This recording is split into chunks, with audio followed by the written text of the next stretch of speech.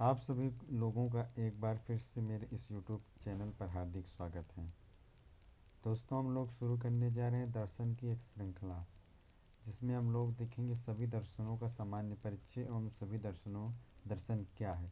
तो आज इस वीडियो में हम देखेंगे आपका दर्शन है क्या। चलिए, तो हम देखते हैं दर्शन क्या है। पहला अध्याय हम लोगों का है। तो दर्शन क्या है? तो मनुष्य एक चिंतनशील प्राणी है। सोचना मनुष्य का विशिष्ट गुण है। इसी गुण के आधार पर वह पशुओं से भिन्न समझा जाता है। अर्थात मनुष्य ऐसा व्यक्ति है जो अन्य अन्य जीव जंतुओं से भिन्न है, क्योंकि मनुष्य में सोचने की प्रवृत्ति होती है। अरस्तु ने मनुष्य को विवेकशील प्राणी कहकर उसके स्वरूप को प्रकाशित किया है। विवेक अर्थात बुद्धि की प्रधानता रहने के फलस्वरूप मानव विश्व की विभिन्न वस्तुओं को देखकर उसके स्वरूप को जानने का प्रयास करता है। अर्थात मनुष्य में बुद्धि नामक एक तत्व रहता है, और वह किसी वस्तु को भी देखता है तो उसके अंदर यह भाव उत्पन्न होता है कि यह वस्तु कैसे उत्पन्न हुई, इसमें किस प्रकार से इसके गुण हैं आदि अनेक प्रकार से उसके अंदर मनुष्य के अंदर विचार उत्पन्न होते हैं। मनुष्य की बौद्धिकता उसे अनेक प्रश्नों के उत्तर जानने के लिए बाध्य करती है। अर्थात वही जो मैं आप लोगों को कह रहा था कि मनुष्य प्रश्न करने लगता है किसी भी वस्तु को देखकर, किया कैसे है। तो जैसे जो वह प्रश्न क्या क्या है, जैसे विश्व का स्वरूप क्या है, उसकी उत्पत्ति किस प्रकार और क्यों हुई है, अर्थात ये कैसे और कहाँ पे उत्पन्न हुआ है। विश्व का कोई प्रयोजन है, अर्थात इसके क्या लक्षण है, क्या कारण है, अथवा यह प्रयोजनहीन है, या फिर और इसके अलावा और प्रश्न मनुष्य के अंदर उत्पन्न होते हैं कि आत्मा क्या है, जीव क्या है, ईश्वर क्या है अथवा नहीं है। अर्थात कि आत्मा क्या है, जो लोग आत्मा के बारे में बात करते रहते हैं। जीव क्या है, ईश्वर है या नहीं है, ईश्वर का स्वरूप क्या है, ईश्वर के अस्तित्व का प्रमाण क्या है, अगर ईश्वर है ही है तो उसका प्रमाण क्या है कि ईश्वर है। जीवन का चरम लक्ष्य क्या है, सत्ता का स्वरूप क्या है, अर्थात जो ये सत्ता वस्तु विद्यमान ये किस कारण से विद्यमान है। ज्ञान का साधन क्या है, सत्य का स्वरूप और सीमाएं क्या हैं, शुभ और अशुभ क्या है, उचित और अनुचित क्या है। इसी प्रकार लाभ मोह माया क्या है, पुण्य लाभ क्या है आदि अनेक प्रकार के प्रश्न मनुष्य के मस्तिष्क में उत्पन्न होते हैं। इसीलिए मनुष्य अन्य जीव जंतुओं से या समा अन्य अन्य पशुओं से भिन्न होता है। तो दर्शन इन्हीं प्रश्नों का युक्तिपूर्वक उत्तर देने का प्रयास है। अर्थात दर्शन कहने का तात्पर्य है कि दर्शन जो है, जो ये मनुष्य के द्वारा यह प्रश्न उठा हुआ है कि सत्य क्या है, उचित अनुचित क्या है, शुभ और अशुभ क्या है, ज्ञान का साधन क्या है। तो दर्शन के द्वारा इन्हीं प्रश्नों का उत्तर मिला है। दर्शन में इन प्रश्नों का उत्तर देने के लिए भावना या विश्वास का सहारा नहीं लिया जाता, बल्कि बुद्धि का प्रयोग किया जाता है। अर्थात इन जो प्रश्न मनुष्य की बुद्धि या मस्तिष्क में उत्पन्न होते हैं, इनमें किसी प्रकार की भावनाओं का विकास का सहारा नहीं लिया जाता है, बल्कि बुद्धि के माध्यम से यह लिया जाता है कि कैसे इन प्रश्नों का समाधान किया जा सके। इन प्रश्नों के ज्ञान के लिए मानव का प्रेम या उत्कंठता का भाव व्यक्त होता है। इसीलिए फिलॉसफी का अर्थ है ज्ञान, प्रेम या विद्या, अनुराग होना। फिलॉसफी का अर्थ क्या है, आप लोग देखिए। तो फिलॉसफी का अर्थ है ज्ञान, प्रेम या विद्या, अनुराग। फिलॉसफी दो शब्दों से मिलकर बना है। कौन कौन से आपका, फिलास और सोफिया। फिलास का अर्थ है प्रेम और सोफिया का अर्थ है ज्ञान। इन प्रश्नों को देखने से पता चलता है कि संपूर्ण विश्व दर्शन का विषय है। संपूर्ण विश्व क्या है, दर्शन का विषय है। इन प्रश्नों का उत्तर मानव अनादिकाल से देता आ रहा है और भविष्य में भी निरंतर देता रहेगा।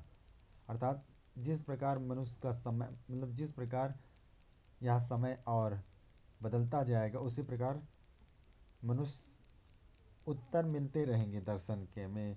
जो मनुष्य प्रश्न करता है कि अनादि अनादि निरादि क्या है, सत्य असत्य, पाप पुण्य, लोभ मोह माया, इन प्रश्नों का उत्तर जाना मानवीय स्वभाव का अंग है।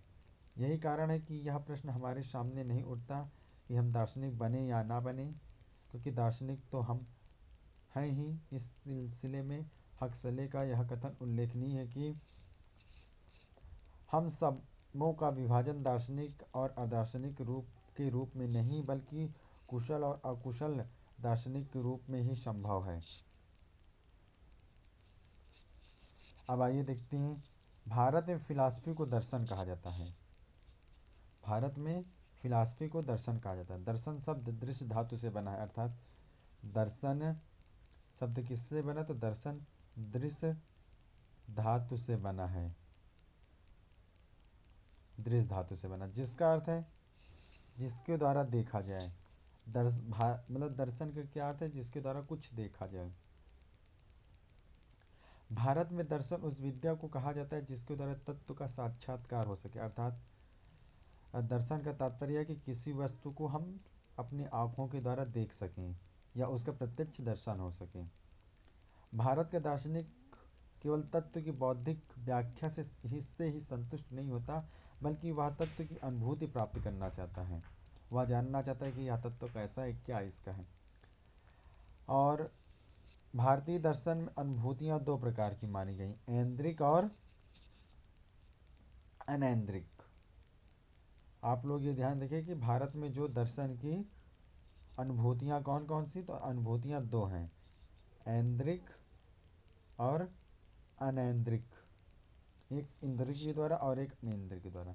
इन दोनों अनुभूतियों में अनैन्द्रिक अनुभूति जिसे आध्यात्मिक अनुभूति कहा जाता है। अनैन्द्रिक मतलब इंद्रियों के द्वारा नहीं। इंद्रियां आपकी है ना, आँख नाक कान जीभ त्वचा आदि आपकी, कई दर्शन आपके 11 मानते हैं इंद्रियां, जो आपकी इंद्रियां उसके द्वारा उसे इंद्रिय कहा जाता है। और अनैन्द्रिक क्या है, जो आध्यात्मिक अनुभूति कहा जाता है, महत्वपूर्ण है। भारतीय विचारकों के मतानुसार तत्व का साक्षात्कार आध्यात्मिक अनुभूति को से ही संभव है। जो हम तत्व का साक्षात्कार करते हैं वो किससे, आध्यात्मिक अनुभूति से ही संभव है। आध्यात्मिक अनुभूति बौद्धिक ज्ञान से उच्च है, बौद्धिक ज्ञान से उच्च है। बौद्धिक ज्ञान में ज्ञाता और ज्ञेय के बीच द्वैत वर्तमान रहता है, और परंतु आध्यात्मिक ज्ञान में ज्ञाता और ज्ञेय का भेद नष्ट हो जाता है। क्योंकि भारतीय दर्शन तत्व के साक्षात्कार में आस्था रखता है, इसीलिए इसे तत्व दर्शन कहा जाता है। और भारतीय दर्शन को क्या कहा जाता है, आप इसके याद की तत्व दर्शन भी कहा जाता है भारतीय दर्शन को। भारतीय दर्शन की मुख्य विशेषता व्यवहारिकता है। मतलब भारतीय दर्शन का मुख्य विशेषता क्या, व्यवहारिकता, अर्थात यह व्यवहार में भी बना रहता है। भारत में जीवन की समस्याओं को हल करने के लिए दर्शन का सृजन हुआ। मतलब भारत में समस्याएं, विभिन्न प्रकार की जो समस्याएं थी, उन्हीं समस्याओं का समाधान करने के लिए ही दर्शन का सृजन हुआ, अर्थात दर्शन का उद्भव हुआ। जब मानव ने अपने को दुखों के आवरण से घिरा हुआ पाया, तब उसने पीड़ा और क्लेश से छुटकारा पाने की कामना की। अर्थात जब मनुष्य दुखों से युक्त हो गया था तो उसने उससे कहा कि मैं इसे किस प्रकार से इससे छुटकारा पा पाऊँ। इस प्रकार दुखों से निवृत्ति के लिए उसने दर्शन को अपनाया। इसलिए प्रोफेसर हिरियाना ने कहा, पाश्चात्य दर्शन की भांति भारतीय दर्शन का आरंभ आश्चर्य एवं उत्सुकता से न होकर जीवन की नैतिक एवं भौतिक बुराइयों के शमन के निमित्त हुआ था। अर्थात जो पाश्चात्य देशों में दर्शन की उत्पत्ति आश्चर्य और उत्सुकता से हुई थी, परंतु भारत में आश्चर्य और उत्सुकता से न होकर नैतिक एवं बौद्धिक बुराइयों के शमन के निमित्त हुआ था। दार्शनिक प्रयत्नों का मूल उद्देश्य था जीवन के दुखों का अंत ढूंढना, और तात्विक प्रश्नों का प्रादुर्भाव इसी सिलसिले में हुआ। अर्थात दर्शन, इसका मूल अर्थ यह हुआ कि दर्शन का, कि दुखों को दूर किया जा सके। ऊपर के विवेचन से स्पष्ट होता है कि भारत में ज्ञान की चर्चा ज्ञान के लिए ना होकर मोक्ष अनुभूति के लिए, अर्थात भारत में दर्शन का जो उद्भव हुआ था वह मोक्ष की अनुभूति के लिए हुआ था। अतः भारत में दर्शन का अनुशीलन मोक्ष के लिए ही किया गया।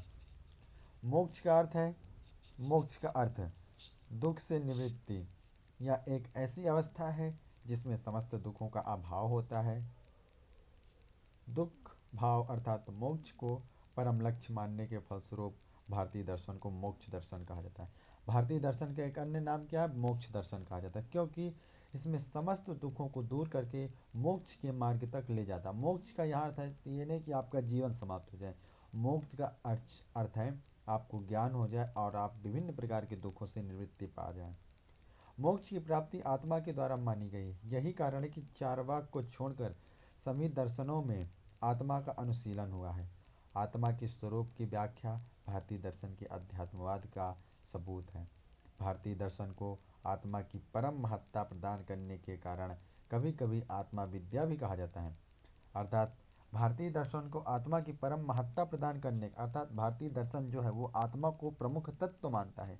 इसीलिए कभी कभी इसे दर्शन को आत्मविद्या के नाम से भी जाना जाता है। अतः व्यवहारिक और आध्यात्मिकता भारतीय दर्शन की विशेषताएं हैं। भारतीय दर्शन की मुख्य विशेषताएं क्या है? अर्थात यह व्यवहार में है और आध्यात्मिकता भारतीय दर्शन की ये प्रमुख विशेषताएं हैं। तो आप लोगों को यह वीडियो कैसा लगा इस कमेंट बॉक्स पे कमेंट जरूर बताइएगा कि आपको यह वीडियो कैसा लगा। और बाकी आप लोग नए हैं तो इस चैनल में सब्सक्राइब कर लीजिए और बेल आइकन का नोटिफिकेशन ऑन कर लीजिएगा। इसी प्रकार मैं आप लोगों के सामने लगातार इसी प्रकार के वीडियो आप लोगों को लेकर उपस्थित होता रहूँगा। तब तक के लिए आप सभी लोगों को नमो नमः। नमः संस्कृताय।